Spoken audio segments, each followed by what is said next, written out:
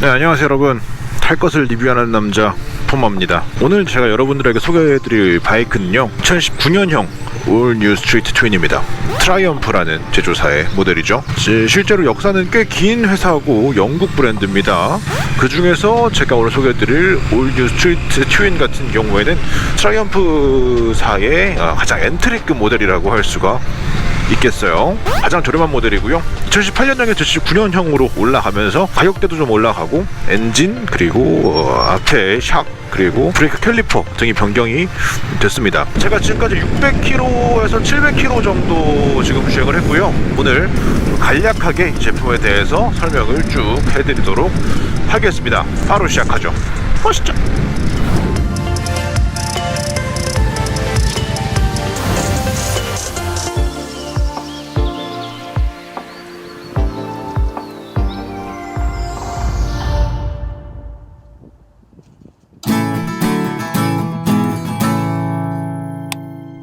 네, 본격적으로 시작해보도록 하겠습니다. 오프닝 제대로 안 보셨을 분들이 굉장히 많으실 테니까 짚고만 넘어갈게요. 가장 달라진 거, 외관적으로 가장 달라진 거는 바로 이 부분입니다. 계기판 모양은 그대로인데 색상이 바뀌었어요. 원래는 그 은색 베이스였는데 이렇게 블랙 색상으로 다 변경이 됐고요. 이 캘리퍼가 원래 니신 캘리퍼가 장착돼 있었는데 2019년형으로 올라오면서 브embo가 기본적으로 들어가게 되고요. 4피스톤으로 들어가 있습니다.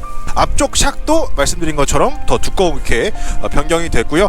가장 중요한 거죠. 요 모드 선택 모드가 들어갔습니다. 그러니까 원래는 그냥 단순히 땡기고 멈추고였는데 2019년형부터 이 모드 선택 버튼이 생겼어요. 그래서 레인 모드 그리고 로드 모드, 그러니까 비 올 때 조금 더 천천히 안전하게 갈 수 있는 모드가 하나 추가가 됐습니다. 그러니까 엔트리급에 보통 추가가 잘 안 되죠, 이런 기능들이. 근데 얘는 지금 엔트리급임에도 이런 모드 기능이 들어갔다라는 게 중요할 것 같습니다. 자, 지금 보시면은 이 아래쪽에 안 키면 안 보이는구나.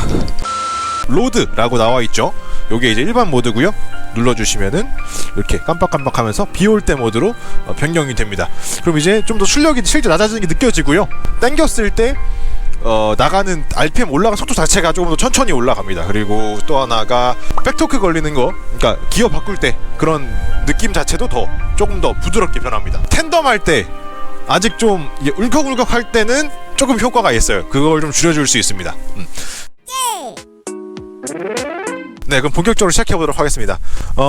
첫인상이니까 기본적인 스펙만 말씀드리고 처음 왔을 때의 외관적인 느낌과 뭐 시트고 이런 거 위주로 설명을 좀 드릴게요. 자, 우선 기본적으로 CC는 900cc, 굉장히 고출력 높은 바이크죠. 클래식 범주 안에서는 사실 뭐 그렇게 아주 높은 CC라고 하긴 좀 그렇지만 전체 범주를 봤을 때 900cc면 상당히 높은 CC라고 할 수가 있습니다. 그럼에도 막 잘 나가는 정말 빠당빠당한 바이크는 아니에요. 최대 토크 자체가 3800rpm에서 80Nm예요. 속도를 막 위에서 따당따당 내는 게 아니라 좀 저속에서 중속 저속에서 좀 힘을 내는 그런 엔진이라고 볼 수가 있을 것 같아요. 그래, 이게 클래식 바이크지 라는 느낌이 드는 그런 바이크라고 보시면 되겠습니다.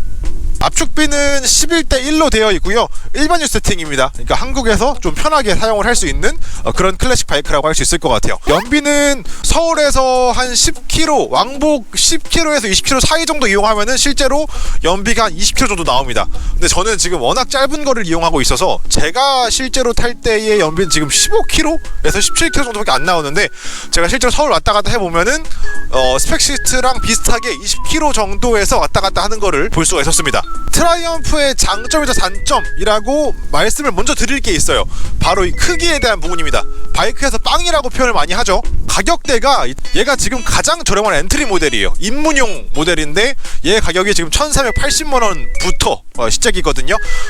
컬러별로 플러스 좀 추가금이 있습니다. 가장 저렴한 게 1000만원대 중반, 바이크에 따라 3000만원대까지도 하는 브랜드 치고는 크기가 작은 편이에요. 이 가격대 치고는. 그러다 보니까 이게 저 같은 사람들에게는 적당한 크기라서 너무 좋다, 할린 너무 크고 약간 부담스러운데 트라이엄프는 좀 적당한 크기라서 마음에 든다 라는 사람도 있지만, 반대로 내가 그래도 한 2천만원 썼는데 이게 이렇게 안 비싸 보이면은 너무 손해다 라고 하는 분들이 계시기 때문에 이게 진짜 호불호가 있어요. 그래서 요거는 구매 전에 한 번씩 직접 보시는 게 정말 좋다라는 게 이 트라이엄프를 타시는 분들의 거의 대부분의 의견인 것 같습니다. 그 다음 설명드릴 거는 시트고, 제가 가장 좋았던 부분이에요. 제 키가 168 정도라고 보시면 됩니다. 그리고 신발은 지금 아예 깔창이 아예 없는 완전 라이딩 슈즈예요. 밑에가 아예 그냥 발바닥이라고 보시면 돼요. 보이시나요? 제가 약간 앞꿈치를 살짝 꿍 올려 닿는 느낌이에요. 그러니까 부담스럽지 않은 지금 높이거든요. 제가 실제로 이 바이크를 가지고 뭐 후진, 뭐 유턴 정지한 상태에서 다 할 수 있습니다. 그 정도로 굉장히 이 차고에 대한 부담은 거의 없는 편이라고 생각을 하고요. 이게 지금 이렇게 좀 다리를 벌려도 이 정도까지 벌려도 다리가 닿을 정도로 굉장히 시트고는 낮은 편입니다. 그리고 바이크 자체가 공차 중량이 약 190kg대인가 200kg 되나 간당간당한데 실제로 얘를 앉아보면 무겁다는 느낌은 거의 안 듭니다. 당연히 바이크 자체는 무거운데 앉아서 조향을 해보면 무겁다는 느낌이 거의 안 들기 때문에 시트고에 대한 부담은 거의 없는 되게 괜찮은 바이크라고 저는 생각을 합니다. 자, 그 다음에 계기판 한번 보여드리도록 하겠습니다. 세레모니도 굉장히 멋있습니다. 착 트면 이렇게 세레모니가 왔다갔다 하면서 뜨고요. 보시면 여기 기아 단수 나옵니다. 그리고 연료 잔량, 여기 RPM. RPM은 변경할 수 있어요. 보여드릴게요. 기본이 RPM으로 되어 있고요. 이 모드를 누를 때마다 I를 누를 때마다 변합니다. I를 누르면 TTC로 나오는데 TCS 기능 키고 끄는 모드입니다. 한 번 더 누르면은 지금까지 총 주행거리 나오고요. 또 누르면은 트립 나옵니다. 트립 1, 트립 2 나오고요. 현재 순간 연비 그리고 지금까지 달린 거에 대한 평균 연비 나옵니다. 마지막으로 주유소 가라 남은 주행거리 나오고요. 시간 나옵니다. 다시 돌아오면 RPM으로 돌아오게 되고요. 아까 보여드렸지만 모드 변경을 하실 수 있습니다. 이쪽에 향양등 버튼이 있습니다. 누르시면은 한 번 누를 때마다 상향등, 다시 누르면 하향등, 하향등 바뀌는 거고요. 패칭 버튼 따로 없습니다. 그래서 그냥 아다다다다다 눌러서 상향 하향 아까 보셨던 대로 여기에 인포메이션 버튼이 있고 방향지시등 있습니다. 그리고 크락션 있고 모드 이쪽 가시면은 여기에 이 시동 버튼 킬 스위치 시동 버튼이 있고 비상키 들어 있습니다. 나머지는 연료 탱크 이쪽에 있습니다. 이렇게 돌아가면은 연료 탱크 바로 진입할 수 있고요. 잠그는 방식은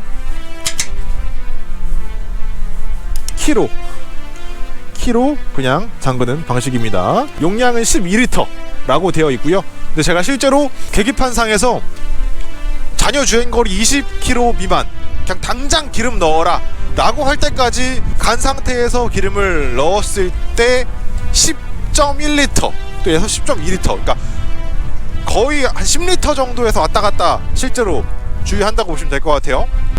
그리고 사이드미러 기본적으로 이렇게 동그란 사이드미러입니다. 클래식의 거의 다 이거죠. 얘도 마찬가지로 동그란데 크기도 크지 않아요. 그래서 못 쓸 정도는 아닌데 좀 아쉽습니다.